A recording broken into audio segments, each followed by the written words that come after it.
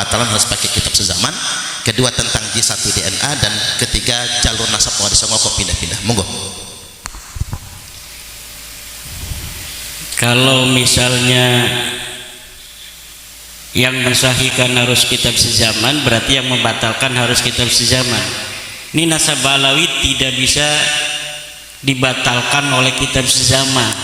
Kitab sezaman yang dimaksud itu zamannya Ahmad bin Isa, yang disebut di dalam kitab-kitab nasab punya anaknya 3, yaitu Muhammad, Ali, dan Husain. Tidak ada nama Ubaid.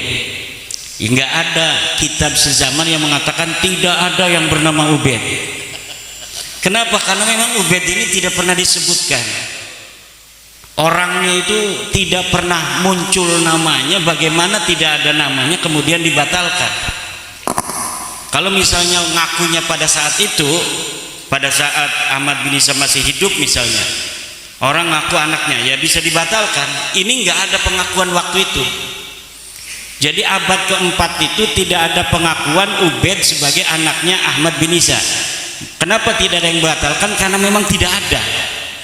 Pada abad ke-5, ke-6, ke-7, ke-8 itu tidak ada nama Ubaid. Nama Ubaid itu muncul pada abad 9 Hijriah. Pada abad 9 Hijriah itu ketika Ali bin Abu Bakar As-Sakran menulis mereka turunan Nabi, itu dia nulis sendiri bahwa banyak yang tidak percaya kepada dia, banyak yang tidak percaya kepada keluarga dia yang mengaku turunan Nabi. Itu ada di dalam kitab Al-Burqatul Musiqah sendiri. Apa yang dikatakan oleh Ali As-Sakran? Bahwa itu orang-orang hasud dan iri dengki, tidak percaya kepada mereka sebagai turunan Nabi. Itu jadi ketika mereka mengaku itu, dia mengakui bahwa banyak orang yang tidak mengakui pengakuan dia. Itu kitab sezamannya itu. Kitab sezamannya itu ya kitab Al-Burqatul Musiqah sendiri. Dia yang mengaku sendiri, tapi dia juga meriwayatkan adanya orang-orang tarim yang tidak percaya kepada nasabnya dia itu. Makanya ketika disebutkan ijma pada zaman Syekh Yusuf An-Nabhani abad ke-13, itu tidak bisa disebut ijma, karena ijma itu ada syaratnya. Syarat ijma itu sebelumnya tidak boleh ada perbedaan pendapat.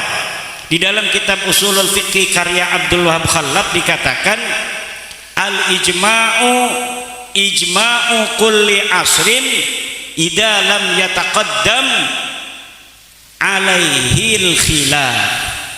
Apabila ada khilaf maka tidak bisa itu disebut ijma. Al ijma'u ijma'un sahihun idza lam yataqaddam alaihi khilaf. Ijma itu bisa dikatakan sahih kalau sebelumnya tidak ada perbedaan pendapat. Sedangkan nasab Ba'lawi ini di abad 9 aja ketika mereka mengaku, banyak ulama-ulama di Tarim enggak mengakui. Dari mana saya tahunya? Dari kitabnya Ba'lawi sendiri yang meriwayatkan adanya orang-orang hasud yang tidak percaya kepada nasab dia.